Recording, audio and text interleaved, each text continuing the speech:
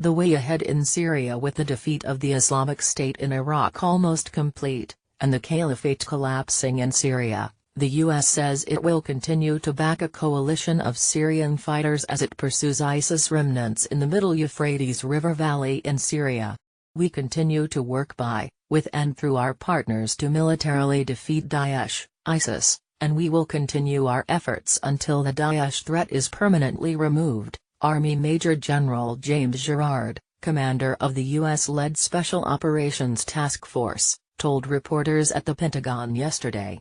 Girard praised what he called the phenomenal success of the U.S.-backed Syrian Democratic Forces, a loose coalition that includes Kurds, Arabs, Assyrians, Yazidis, Armenians, and Turkmen.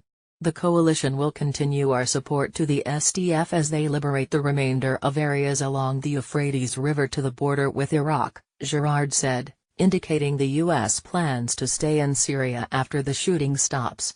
Once we have successfully defeated Daesh, the coalition will continue to have a key role for enduring counter-VAO, violent extremist organization, efforts, he said. What next? The United States, unlike Russia, was not invited into Syria, which is still a sovereign nation with a functioning government headed by Bashar Assad.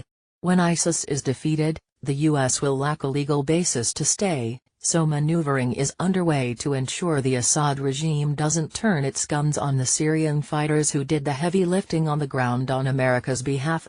In Senate testimony this week, Secretary of State Rex Tillerson said diplomatic efforts are underway to create more de-escalation zones in areas that have been liberated by the SDF.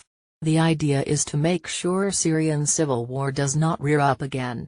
In order for that to happen, that means that the regime holds its positions and not try to overrun or retake areas that were liberated by others, Tillerson told the Senate Armed Service Committee Monday night.